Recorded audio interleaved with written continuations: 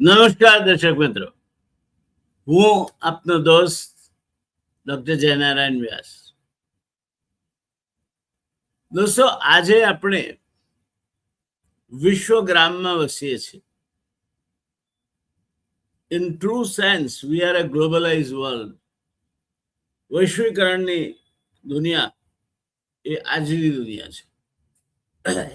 એક દેશમાં બનતી ઘટનાઓ બીજા દેશને અસર કર્યા વગર રહેતી નથી. સમય કદાચ મોડો વહેલો થઈ શકે. ત્યારે આજે આપણે આપણા પાડોશી પાકિસ્તાન, જેને આપણે વારે ઘડીએ ગાળો દઈએ છીએ, આપણે પાકિસ્તાન સાથે દુશ્મની છે એ બાબતમાં કોઈ શંકા ન રાખીએ તો પણ શું દુશ્મનીનો અર્થ એ થાય કે પાકિસ્તાન ગમે તે કરે તો એને વારે ઘડીએ ગાળો દઈ દેવી? શું દુશ્મનીનો અર્થ એ થાય કે પાકિસ્તાનમાં ભૂખમરો ક્યાંક ચાલતો હોય, લોકો ભૂખે મરતા હોય, તો આપણે રાજી થઈને કોમેન્ટ કરવી? શું મળે છે એનાથી? આપણને એનાથી તમને આંતરરાષ્ટ્રીય સિદ્ધિ મળે છે, પાકિસ્તાન ઉપર તમે સવાયા થઈને ઉપજો? ના, એવું નથી. આપણે માત્ર ને માત્ર બીજું કશું નથી કરી શકતા માટે આ કરીએ છીએ. આ મનોવિજ્ઞાનનો એક સાદો સીધો નિયમ છે. અને એટલે મનોવિજ્ઞાન એવું કહે છે કે નબળો માટી બૈયર પર શૂરો. આપણે આ પ્રકારના ઊંધા ચત્તા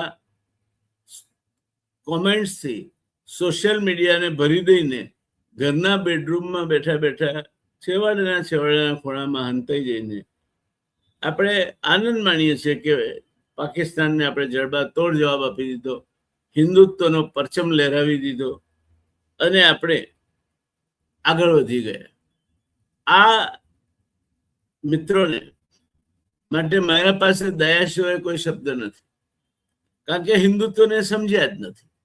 અને જે સમજ્યો જ નથી વ્યક્તિ જે વસ્તુને, એને એ અંધભક્ત તરીકે પોતે અનુકરણ કરી અને એ ગમે તે ઓગાટ બહાર ફેંકે અથવા ઉલટીઓ કર્યા કરે, એનાથી કોઈ ફરક પડતો નથી.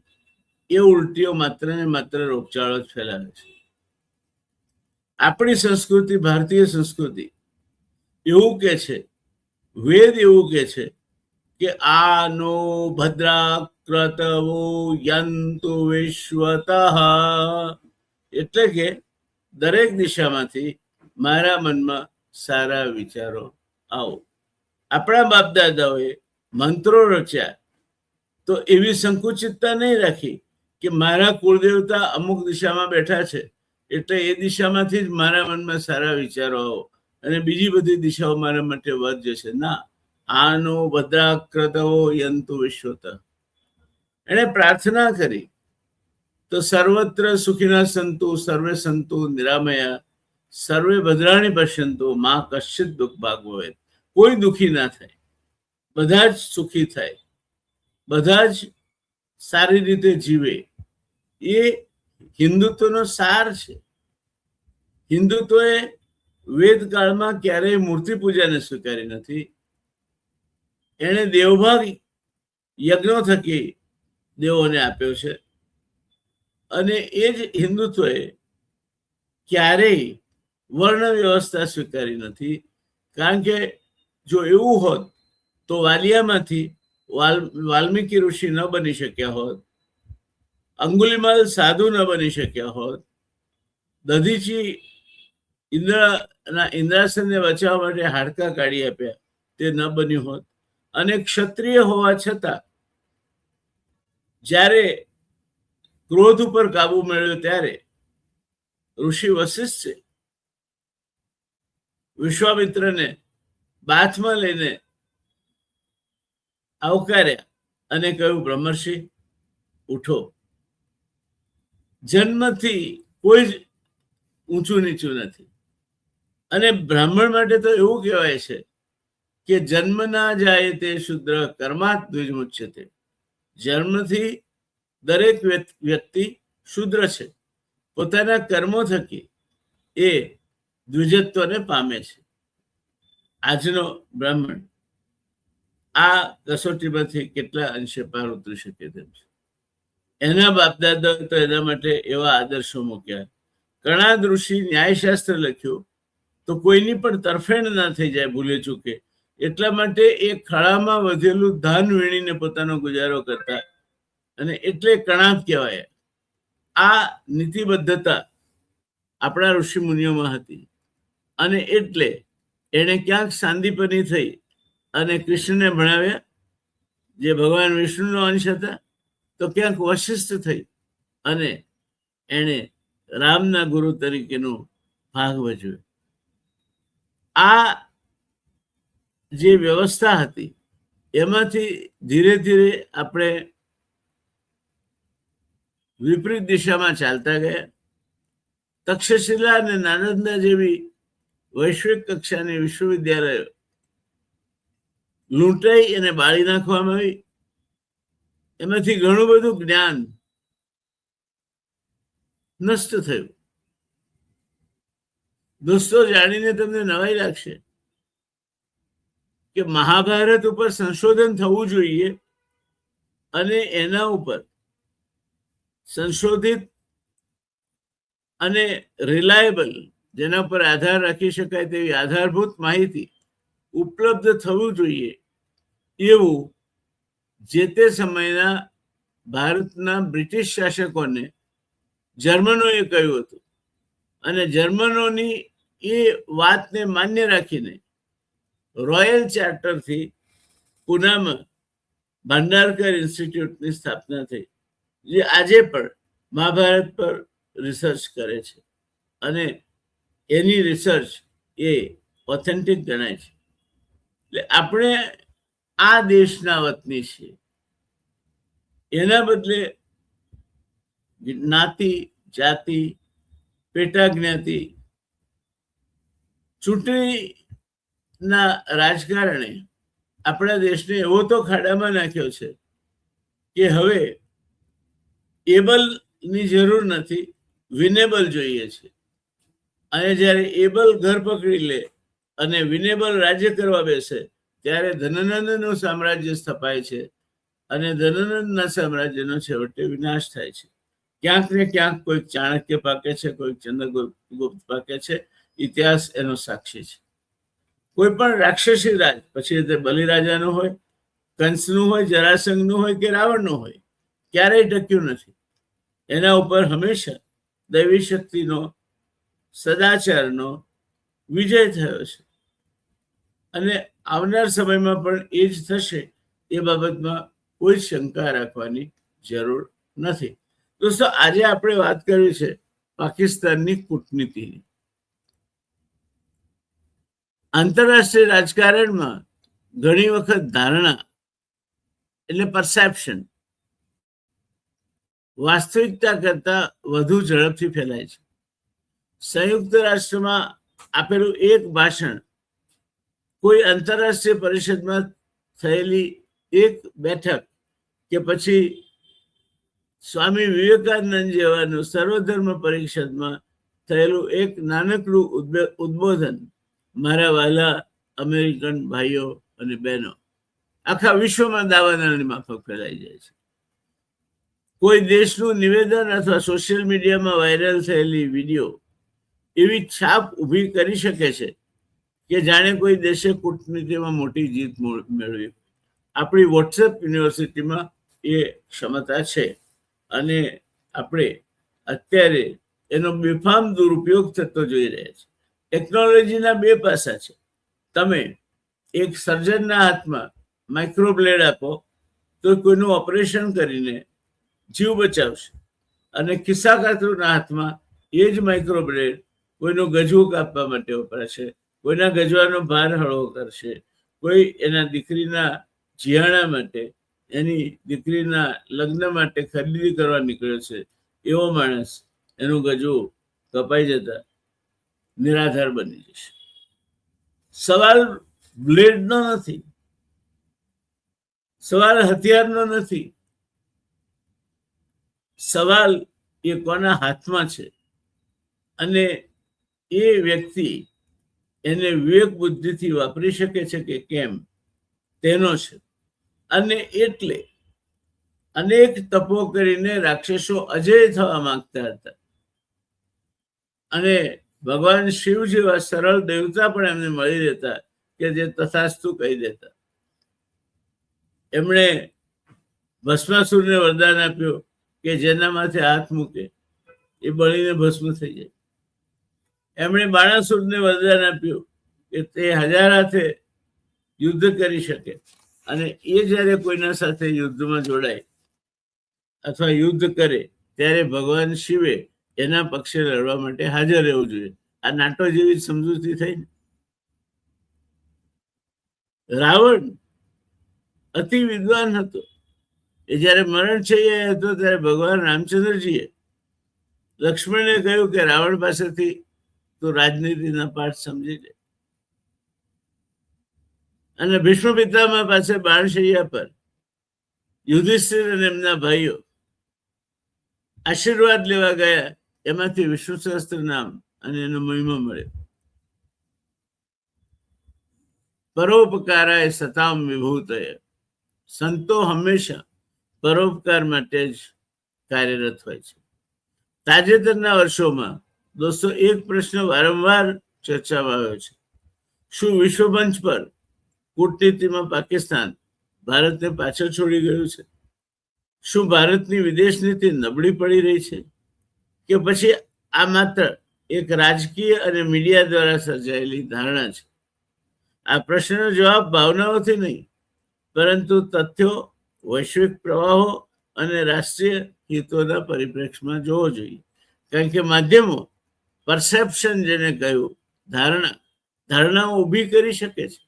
એક દાખલો છે કે એક સિંહ ઉનાળામાં મારણ કરી પરિતૃપ્ત થઈ અને ઘનઘોર વડલાની છાયામાં આરામ કરી રહ્યો હતો.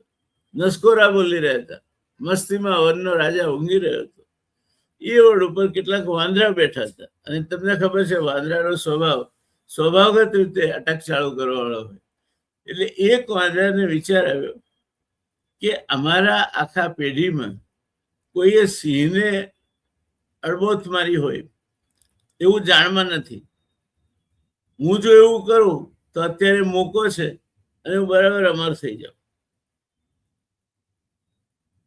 વાંદરાભાઈ બહુ વિચારે નહીં. એ તો ઉતર્યા નીચે અને સિંહને કઈ ખબર પડે એ પેલા કચ્છીને એક ઠોકી દીધી. સિંહ જાગ્યો, ત્રાણ પાડીને એની પાછળ પંજો મારીને એને પકડવા દોડ્યો. વાંદરો જાય નાઠો. ટૂંકા રસ્તે ઝાડ પર ઠેકીને આમ તેમ કરીને આગળ નીકળી જાય. રસ્તા એક બગીચો હતો. તેના બાંકડા પર બેઠો બેઠો એક માણસ છાપું વાંચતો હતો. સિંહ પેલા માણસ પાસે ગયો. એને કહ્યું તમે આ રસ્તે કોઈ વાંદરાને જતો છો? હવે એ માણસ નહોતો, એ છાપાની ઓઠે બેઠેલો પેલો વાંદરો જ હતો. થાકી ગયો હતો, સંતાવું હતું, એટલે છાપાની આડશ રાખી અને બેઠો હતો. એટલે સિંહને એને જવાબ આપ્યો કે પેલી સિંહને અડબોથમાં એ જ વાંદરો ને. સિંહ કેલો એટલી વારમાં છાપામાં પણ આવી ગયું. આ માધ્યમોનો પ્રભાવ છે. અને આપણે છાપામાં આવે પછી ભલે એ ચપાનિયું તમારા ગામની સીમા બહાર ના વંચાતું હોય, ભલે એના કોઈ પેઇડ ગ્રાહકો ના હોય, એ એમ જ વહેંચાતું હોય કારણ કે દિવાળી વખતે જાહેર ખબરો એવાને ઉઘરાવી લેવાતી હોય. પણ આપણે ત્યાં માધ્યમો એક ઇમેજ ઊભી કરવાનું કામ કરે છે. એમ કરવા જતા રમણલાલ શેઠ જેવા બળવીર તંત્રી પણ પાક્યા છે કે જેમણે કટોકટી સામે પોતાનું એડિટોરિયલ કોરું મૂકી દીધું હતું. આવા અનેક દાખલાઓ માધ્યમોમાંથી મોજૂદ છે જ્યારે સત્તા માધ્યમોને નમાવી શકી નથી. આજે સત્તા માધ્યમો પર હાવી થઈ ગઈ છે બે રીતે. એક તો ઈડી, સીબીઆઈ અને અન્ય સત્તાઓના ઉપયોગ થકી આ માધ્યમોના જે કંઈ રોકાણો છે, જમીનો હોય કે બીજું કશું, એના ઉપર તરાપ મારવી, ઇન્કમ ટેક્સને કામે લગાડવું, રેડ પાડવી, અને બીજું આ બધા દરમિયાન આ તપાસ ચાલતી હોય એ દરમિયાન જેલવાસ,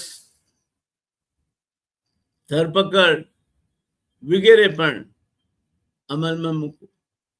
એટલે આમાં લલિત મોદી કે વિજય માલ્યા નથી પકડાતા, એ બધા એ લહેર કરે, પણ એમણે જેમને દબાવવા ધાર્યા હોય એવા મીડિયાના માલિકો એમાં ચોક્કસ પકડાય છે, ફસાય છે પણ ખરા. જો કે એમાં વાંક મીડિયાનો પણ છે, કારણ કે મીડિયાએ પણ પોતાની સત્તાનો કોઈના લાભાર્થે અથવા કોઈને બદનામ કરવામાં દુરુપયોગ કર્યો છે, એમાં કોઈ બેમત નથી. તો આજે તમે ઝેર કોટલું આવ્યું છે એને ફળ આવ્યા છે, શેના રાડો પાડો છો? પણ એ લોકશાહીના હિતમાં નથી. ત્યારે તાજેતરના વર્ષોમાં એક પ્રશ્ન વારંવાર ચર્ચામાં આવ્યો છે: શું વિશ્વ મંચ પર કૂટનીતિમાં પાકિસ્તાન ભારતને પાછળ છોડી ગયું છે? શું ભારતની વિદેશ નીતિ નબળી પડી રહી છે, કે પછી આ માત્ર એક રાજકીય અને મીડિયા દ્વારા સર્જાયેલી ધારણા એટલે કે પરસેપ્શન છે? આ પ્રશ્નનો જવાબ ભાવનાઓથી નહીં, તમારી રાષ્ટ્રભક્તિને નમન કરું છું, અને હું પણ મારા તિરંગાને જરા પણ ઓછો વફાદાર છું એવી માન્યતા આપે ધરાવવાનું કારણ નથી. કારણ કે આપ એ માન્યતા ધરાવી શકો છો, પણ એ જજ કરવા માટે, એનો નિર્ણય લેવા માટે, તટસ્થ રૂપે એનું નિરૂપણ કરવા માટે આપ સમર્થ છો એવું હું નથી માનતો. અને એટલે આ પ્રશ્નનો જવાબ ભાવનાઓથી નહીં, પરંતુ તથ્યો, વૈશ્વિક પ્રવાહો અને રાષ્ટ્રીય હિતોના પરિપ્રેક્ષમાં શોધવો જોઈએ. સૌપ્રથમ એ સમજવું જરૂરી છે કે કૂટનીતિ એટલે માત્ર વડાપ્રધાન અથવા વિદેશ મંત્રીની વિદેશ યાત્રાઓ નહીં. દર ત્રીજા દાડે વડાપ્રધાન ઉપડી જાય, તમને કે પ્રવાસમાં જવું નહીં, અને પોતે 4-5 દેશોના વિદેશ પ્રવાસે પોતાનું વિમાન લઈ મોટા કાફલા સાથે નીકળી પડે, તો એ કૂટનીતિ નથી. સંયુક્ત રાષ્ટ્રમાં ભાષણ આપવું નહીં, કોઈ આંતરરાષ્ટ્રીય પરિષદમાં પણ હાજરી આપવી નહીં. કૂટનીતિનું સાચું મૂલ્યાંકન એથી થાય છે કે જ્યારે માઇક કાર્ની જેવો કેનેડાનો વડાપ્રધાન દાઓસમાં વર્લ્ડ ઇકોનોમિક ફોરમ સામે માત્ર 15 મિનિટ ભાષણ આપે છે, અને દાઓસના વર્લ્ડ ઇકોનોમિક ફોરમના ઇતિહાસમાં માઇક કાર્નીને પહેલીવાર કોઈ દેશના વડા તરીકે આવું સુંદર ભાષણ આપવા માટે સ્ટેન્ડિંગ ઓવેશન મળે છે. સ્ટેન્ડિંગ ઓવેશન એટલે લોકો ઊભા થઈ અને તાળીઓના ગડગડાટથી વધાવી લેતે. આ માન માઇક કાર્નીને મળે છે. આ આંતરરાષ્ટ્રીય મંચ પર તમે કોણ છો એની પરખ છે, અને તમારા વિચારોનું શું મહત્વ છે એની પણ પરખ છે. એટલે આ પ્રશ્નનો જવાબ ભાવનાઓથી નહીં, પરંતુ તથ્યો, વૈશ્વિક પ્રવાહો અને રાષ્ટ્રીય હિતોના પરિપ્રેક્ષમાં જોવો જોઈએ. સૌપ્રથમ એ સમજવું જરૂરી છે કે કૂટનીતિ એટલે માત્ર વડાપ્રધાન અથવા વિદેશ મંત્રીની વિદેશ યાત્રાઓ નહીં, જે મેં આગળ કહ્યું. સંયુક્ત રાષ્ટ્રમાં ભાષણ આપવું નહીં, કોઈ આંતરરાષ્ટ્રીય પરિષદમાં હાજરી આપવી નહીં. કૂટનીતિનું સાચું મૂલ્યાંકન એથી એ રીતે થાય છે કે કોઈ દેશ પોતાના રાષ્ટ્રીય હિતોને કેટલા અસરકારક રીતે સુરક્ષિત રાખે છે, કેટલા વિશ્વસનીય ભાગીદારો ઉભા કરે છે, વૈશ્વિક સંકટોમાં તેની ભૂમિકા કેટલી સ્વીકારાય છે, અને તેની આર્થિક તથા વ્યૂહાત્મક વિશ્વસનીયતા કેટલી મજબૂત છે. કાશ્મીરના કેસ બાબતે યુનાઇટેડ નેશન્સ પાસે રજૂઆત માટે વિપક્ષમાં હોવા છતાં અટલજીને મોકલવામાં આવ્યા હતા. હું વિપક્ષમાં હતો ત્યારે સ્વર્ગસ્થ ચિમનભાઈ પટેલે મને સનતભાઈ મહેતાના માર્ગદર્શન હેઠળના વડપણ હેઠળના ડેલિગેશનમાં જાપાન અને વિશ્વ બેંક સામે નર્મદા અંગેની રજૂઆત કરવા માટે જવાનું કહ્યું હતું. આ રાજનીતિ છે.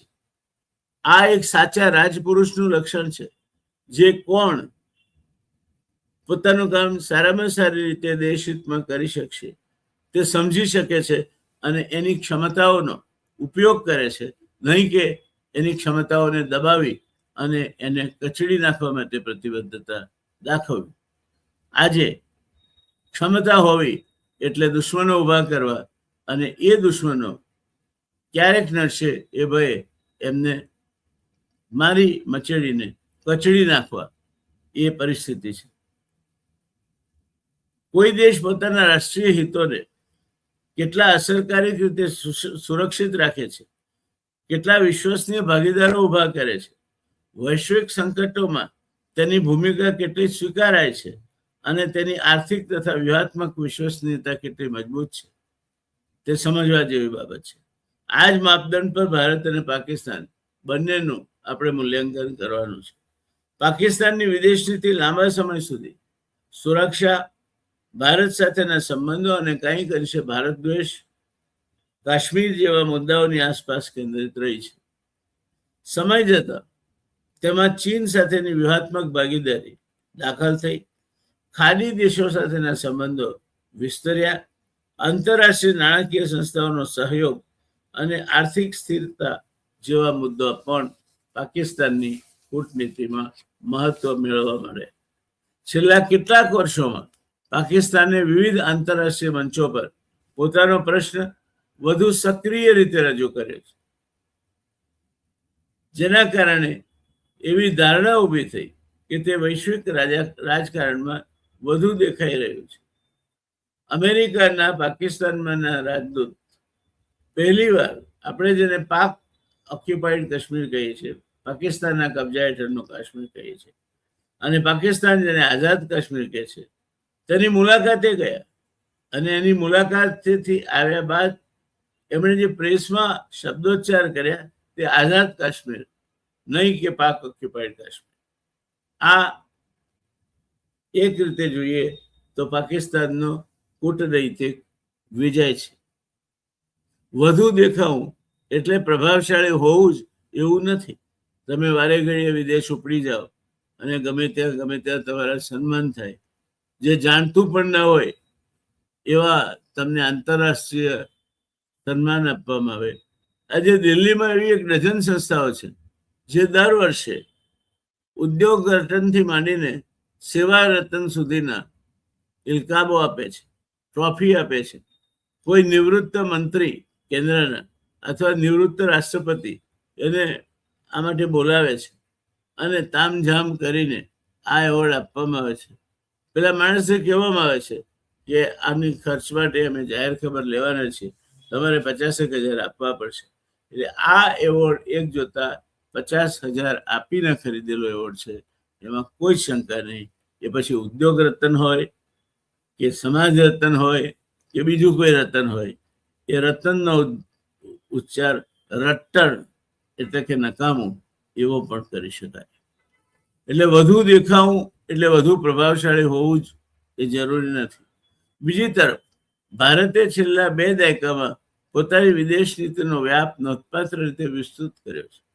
વિશ્વની અગ્રણી અર્થવ્યવસ્થાઓમાં સ્થાન મેળવનાર ભારત વિશાળ બજાર, ડિજિટલ ક્રાંતિ, અવકાશ કાર્યક્રમ, ઔષધિ ઉત્પાદન, માહિતી ટેકનોલોજીમાં વૈશ્વિક કક્ષાએ નેતૃત્વ પૂરું પાડી શકે અને અનેક દેશો સાથેની આર્થિક તથા વ્યૂહાત્મક ભાગીદારીઓના કારણે ભારતની વૈશ્વિક ભૂમિકા સતત મજબૂત બનતી રહે તે પ્રકારની ઘટનાઓ બની છે. આજે ભારત અનેક બહુપક્ષી મંચો પર એક મહત્વપૂર્ણ અને જવાબદાર ભાગીદાર તરીકે જોવામાં આવે છે. પરંતુ એવું માનવું પણ યોગ્ય નહીં ગણાય કે ભારતની વિદેશ નીતિ સામે કોઈ પડકાર જ નથી. આજે વિશ્વ ઝડપથી બદલાઈ રહ્યું છે. અમેરિકા અને ચીન વચ્ચે વધતી વ્યૂહાત્મક સ્પર્ધા, રશિયા યુક્રેન સંઘર્ષ, પશ્ચિમ એશિયાની અસ્થિરતા, વૈશ્વિક પુરવઠા શૃંખલામાં પરિવર્તન, ઉર્જા સુરક્ષા, કૃત્રિમ બુદ્ધિમત્તા આર્ટિફિશિયલ ઇન્ટેલિજન્સ, સાયબર સુરક્ષા અને સેમિકન્ડક્ટર જેવી નવી ટેકનોલોજીકલ સ્પર્ધાઓએ આંતરરાષ્ટ્રીય સંબંધોને વધુ જટિલ બનાવી દીધા છે.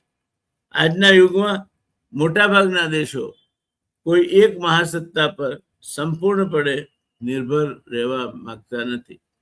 જે અંગ્રેજી કહેવાય છે કે don't put all your eggs in one basket. તેઓ પોતાના રાષ્ટ્રીય હિતોના આધારે વિવિધ દેશો સાથે સંતુલિત સંબંધો વિકસાવી રહ્યા છે. એટલે આધુનિક કૂટનીતિ હવે ટાઇટ-રોપ વોકિંગ અથવા સંતુલન જાળવવાની કળા બની ગઈ છે.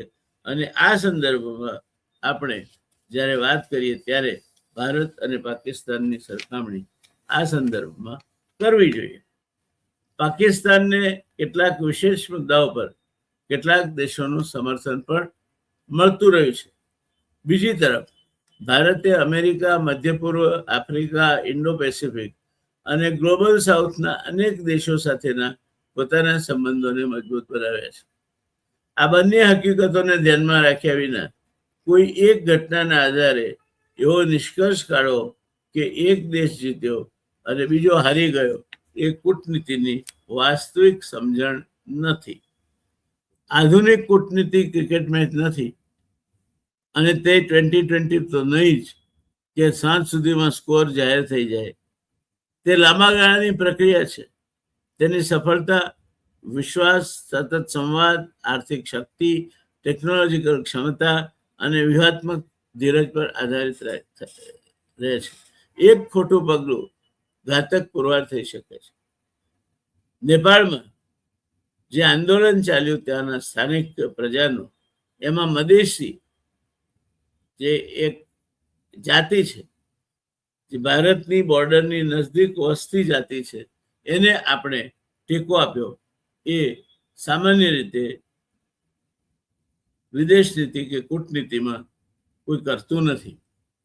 એનાથી આપણે પક્ષકાર બનીએ છીએ અને પક્ષકાર બનવાની જરૂર ભારતે નહોતી.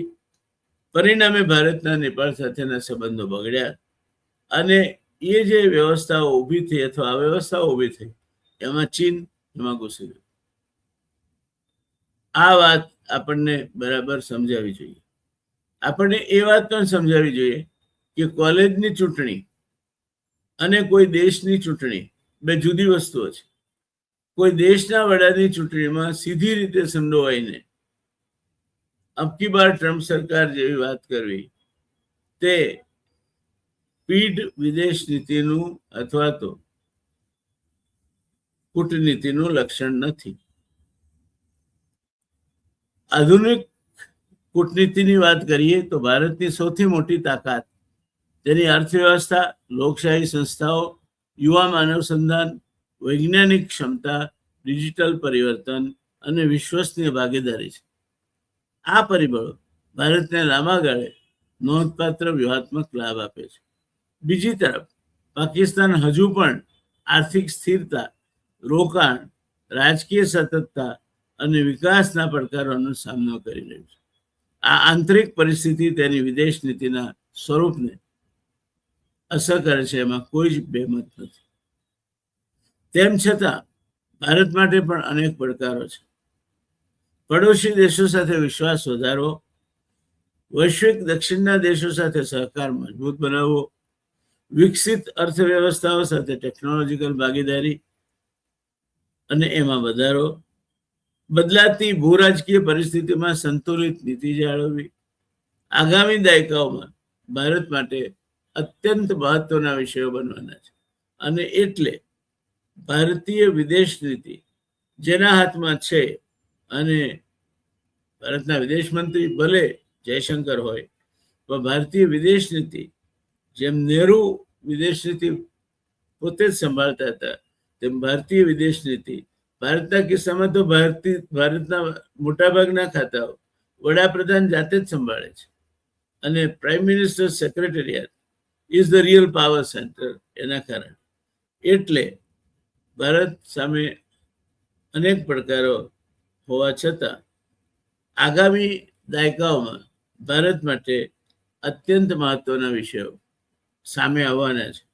આજના સમયમાં સોશિયલ મીડિયાએ માહિતીનો પ્રવાહ ઝડપી બનાવ્યો છે.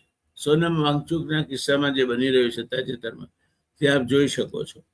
પરંતુ ઘણી વખત તેણે જટિલ આંતરરાષ્ટ્રીય ઘટનાઓને અત્યંત સરળ અને ભાવનાત્મક નિષ્કર્ષોમાં ફેરવી દીધી છે. પરિણામે લોકો ઘણીવાર એક જ ઘટનાના આધારે આખી વિદેશ નીતિનું મૂલ્યાંકન કરી બેસે છે, જે મારા મત પ્રમાણે ખૂબ અયોગ્ય અને પરિપક્વતાથી દૂર રહેનાર બાબત છે. દોસ્તો, વાસ્તવિકતા શું છે? આપણે આ બધી ચર્ચાઓને અંતે પૂછીએ કે વાસ્તવિકતા શું છે. વાસ્તવિકતા અલગ છે દોસ્તો. આંતરરાષ્ટ્રીય રાજકારણમાં કોઈ દેશ દરેક મુદ્દે જીતતો નથી અને કોઈ દેશ દરેક મુદ્દે હારતો પણ નથી. એક જ દેશ સાથે કેટલાક મુદ્દાઓ પર સ્પર્ધા અને કેટલાક મુદ્દાઓ પર સહકાર આજની વૈશ્વિક વ્યવસ્થાની સામાન્ય વાસ્તવિકતા છે. અમેરિકા અને ચીન અને એમના પરસ્પરના સંબંધો એનું એક યોગ્ય અને વ્યાપક ઉદાહરણ છે. તેથી મૂળ પ્રશ્ન એ નથી દોસ્તો કે પાકિસ્તાનને ભારતને કૂટનીતિમાં માત આપી કે નહીં. વધુ મહત્વનો પ્રશ્ન એ છે કે શું ભારત પોતાની આર્થિક, વૈજ્ઞાનિક અને વ્યૂહાત્મક શક્તિ અનુસાર બદલાતી વૈશ્વિક વ્યવસ્થામાં પોતાની ભૂમિકા વધુ મજબૂત બનાવી શક્યો છે? આ પ્રશ્ન તમારે તમારી જાતને પૂછવાનો છે. જો ભારત સતત આર્થિક વિકાસ, નવીનતા, વૈજ્ઞાનિક સંશોધન, વ્યૂહાત્મક સંતુલન અને વિશ્વસનીય કૂટનીતિ પર ધ્યાન કેન્દ્રિત કરશે, તો તેની વૈશ્વિક ભૂમિકા સ્વાભાવિક રીતે વધુ મજબૂત બનશે. અંતે એક વાત હંમેશા યાદ રાખવા જેવી છે: આંતરરાષ્ટ્રીય રાજકારણમાં કાયમી મિત્રો કે કાયમી દુશ્મનો નથી હોતા. કાયમી હોય છે એ માત્ર એક જ વસ્તુ છે, અને એ છે કાયમી હોય છે માત્ર રાષ્ટ્રીય હિતો. અને જે દેશ પોતાના રાષ્ટ્રીય હિતોને દૂરંદેશી આર્થિક શક્તિ, ટેકનોલોજીકલ પ્રગતિ અને પરિપક્વ કૂટનીતિ દ્વારા સુરક્ષિત રાખે છે, તે જ આવતીકાલની વિશ્વ વ્યવસ્થામાં નિર્ણાયક ભૂમિકા બદલે છે. અંતમાં શ્રીમતી ઇન્દિરા ગાંધી, કિસિંજર અને અમેરિકન પ્રમુખ સાથેની એમની ચર્ચામાં અમેરિકાનું વલણ એ એકતરફી લાગતા અને ભારતને વલણ મંજૂર નથી એવું કહીને એ મીટિંગ છોડીને ચાલી નીકળ્યા હતા. આજે પણ વિડીયોમાં શ્રીમતી ગાંધી પોતાની મોટરકાર તરફ જતા દેખાય છે અને પાછળ મેડમ મેડમ મેડમ કરતા હેનરી કિસિંજર દોડી રહ્યા છે. આ નાજુક સમય હતો 1971ના બાંગ્લાદેશ ઓપરેશનનો, અને અમેરિકા એમાં ખુલ્લી રીતે પાકિસ્તાનની તરફેણમાં એણે એના નૌકા કાફલાને બંગાળના ઉપસાગર ભણી મોકલ્યો. અત્યંત શક્તિશાળી નૌકા કાફલો ત્યાં જો 2 દિવસ મોડો ન પહોંચ્યો હોત તો કદાચ બાંગ્લાદેશ મુક્ત કરાવવાનું ભારતનું અભિયાન અને એના પરિણામો જુદા હોત. પણ જનરલ માણેકશા અને એમના સાથીઓ ઇતિહાસ લખી ચૂક્યા હતા. શ્રીમતી ઇન્દિરા ગાંધી ઇતિહાસ રચી ચૂક્યા હતા. અને આ બધું થયા બાદ કૂટનીતિના નિષ્ણાતો ચોક્કસ કહેશે કે જે જગજીતસિંહ અરોડા અને ફિલ્ડ માર્શલ માણેકશાએ યુદ્ધના મેદાન પર જીત્યું, જે શ્રીમતી ગાંધીએ, જેમને વાજપેયીજીએ દુર્ગા કહીને નવાજ્યા હતા, તેમણે પોતાના સ્ટીલના જ્ઞાનતંતુઓથી મક્તબ નિર્ધાર થકી રણ મેદાનમાં પોતાની સેનાને ઉતારી, એ જ સરકાર, એ જ ઇન્દિરા ગાંધી સિમલામાં ભુટ્ટો સાથેની વાટાઘાટો દરમિયાન કદાચ કૂટનીતિનું યુદ્ધ હારી ગઈ. એ સમય હતો ભારત પાસે જ્યારે કાશ્મીરનો પ્રશ્ન ઉકેલી શક્યો. 1 લાખ શરણાર્થીઓ ભારતના કબજામાં હતા. ભારત બાંગ્લાદેશને એક જુદા દેશ તરીકે પ્રસ્થાપિત કરી ચૂક્યો હતો.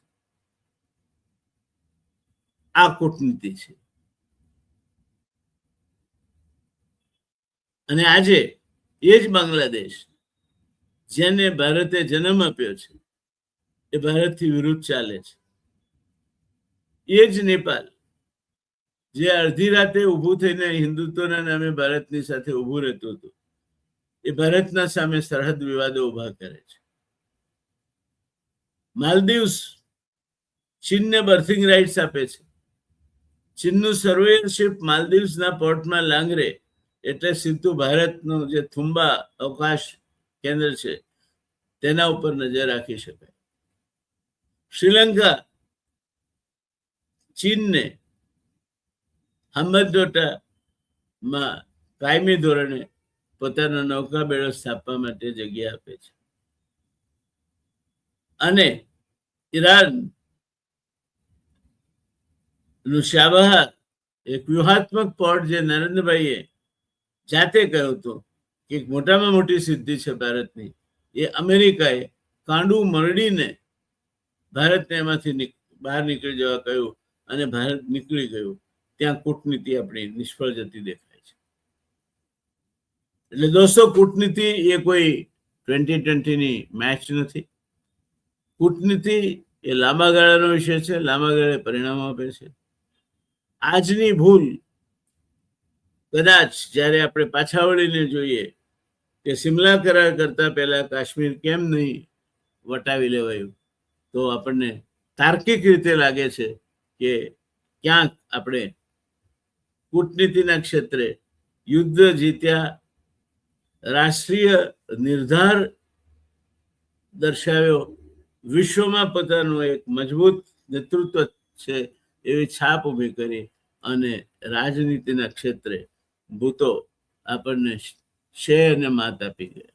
આ રાજનીતિ છે, આ કૂટનીતિ છે. અને એટલે કૂટનીતિ વોટ્સએપ કે ફેસબુક પર નથી રમાતી. અને વોટ્સએપ અને ફેસબુક પર અંધભક્તોને જે એજન્ડા આપવામાં આવે છે એ એજન્ડા એમને બદલવો પણ પડે છે. એ દાખલા સાથે આ વાત પૂરી કરીશ. 2023ના ઓક્ટોબરમાં હમાસે ઇઝરાયલ પર હુમલો કર્યો અને ત્યારબાદ ઇઝરાયલે વળતી જવાબી કાર્યવાહી આરંભી.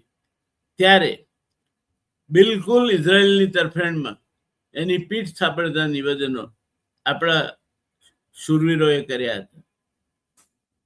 બીજે દિવસે જ્યારે ભારત સરકારનું નિવેદન આવ્યું, એ સંતુલિત નિવેદન હતું કે અમે બેમાંથી એકે બાજુને ટેકો નથી આપતા, અમે શાંતિ બહાલ થાય, જલ્દી બહાલ થાય એવું ઈચ્છીએ છીએ, યુદ્ધ નહીં પણ વાટાઘાટોથી કોઈ પણ પ્રશ્નનો ઉકેલ લાવી શકાય એવું અમે ઈચ્છીએ છીએ. આ ભારત સરકારનું સ્ટેન્ડ બીજા કે ત્રીજા દિવસે આવ્યું.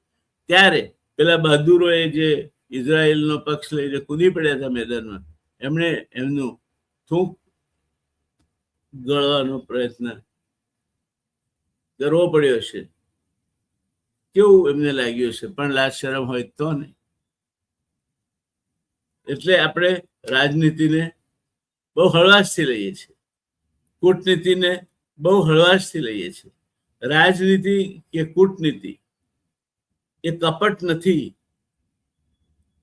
એ વ્યૂહરચના છે, ચોક્કસ ઉદ્દેશો છે એના. અને ચોક્કસ ઉદ્દેશો પામવા માટે, પાર પાડવા માટે ચોક્કસ દિશામાં કરાતી કેટલીક ગોઠવણીઓ છે.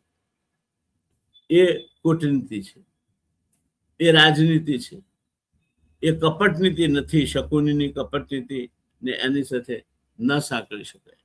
પણ આપણા ત્યાં કૂટનીતિ ને કપટ નીતિ વચ્ચે ભેદ નહીં દોરનાર એક એવો મોટો વર્ગ છે કે જેને આ સમજણ નથી પડતી. ભગવાન બચાવે એમ નથી. તો આજે બસ આટલું જ.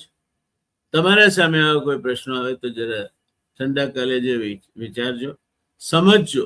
આ વિડીયોને બને તેટલો શેર કરજો, જેથી વધારે ને વધારે લોકોને કૂટનીતિ અને રાજનીતિ અને વખતો વખત લેવાયેલા નિર્ણયો પાછળની ભૂમિકાઓ ખબર પડે અને દેશના હિતમાં એ લોકો વિચારતા થાય. તો આજે બસ આટલું જ દોસ્તો. મળતા રહીશું. આ વિષય જેવો છે કે એક કરતા વધુ વખત ચર્ચામાં વર્ષ દરમિયાન ઉપસ્થિત રહેવાનો છે.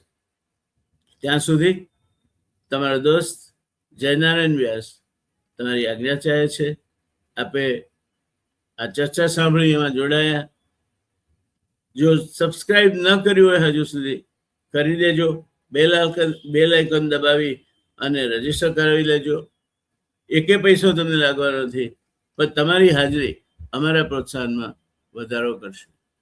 દોસ્તો, મને આનંદ છે તમને જણાવતા કે મેં રાષ્ટ્રીય પ્રશ્નોની ચર્ચા કરવા માટે રાષ્ટ્રીય મંચ પૂરા દેશ સુધી આપણી ગુજરાતની વાત જાય અને ગુજરાત દેશની વાત સમજતું થાય માટે ખબરદાર કરીને હિન્દી ચેનલ શરૂ કરી છે.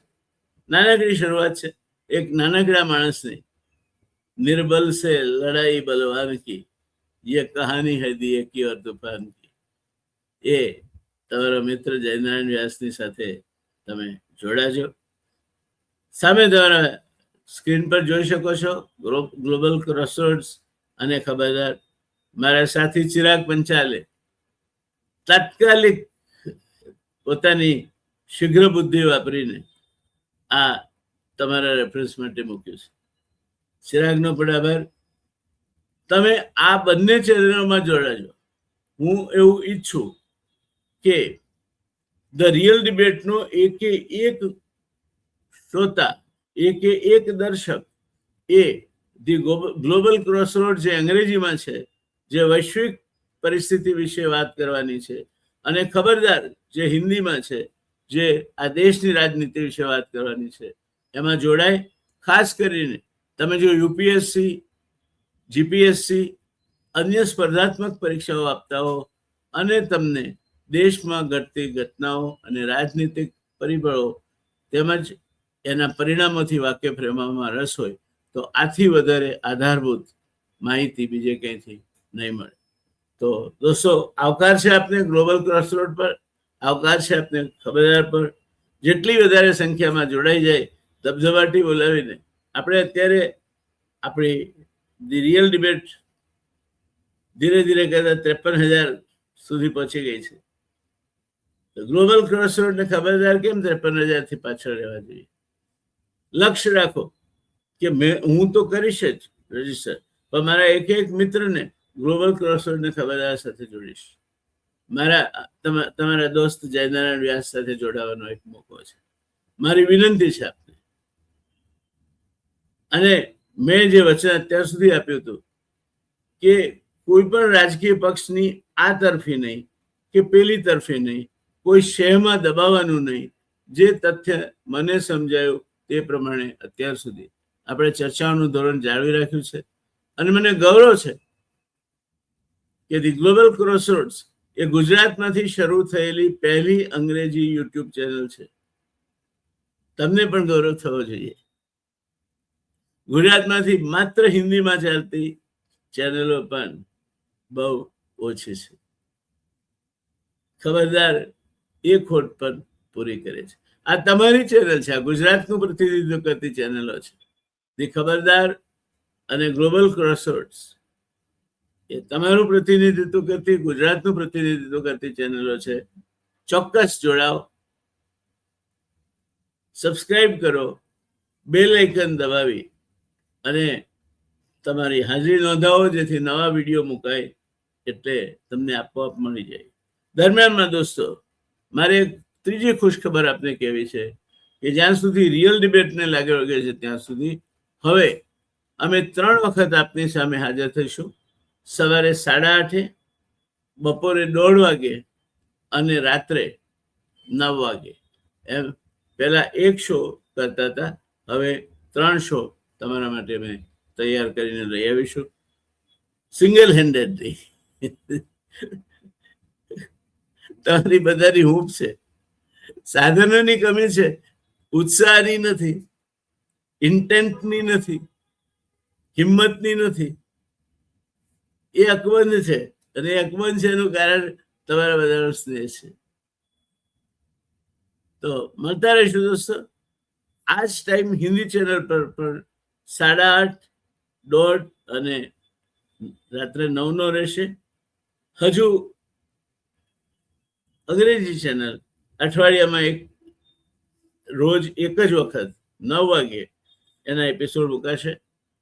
વૈશ્વિક ઘટનાઓને ની ખબર લઈશું અને તમને બરોબર માહિતગાર રાખીશું. ભૂલતા નહીં જોડાવાનું. તમે, તમારો પરિવાર, તમારા વયસ્ક સંતાનો, અમારા પરિવારમાં, આપણા પરિવારમાં ધ રિયલ ડિબેટ, ગ્લોબલ ક્રોસરોડ્સ અને ખબરદારના પરિવારમાં જોડાય એવું મારું આપને હાર્દિક નિમંત્રણ છે.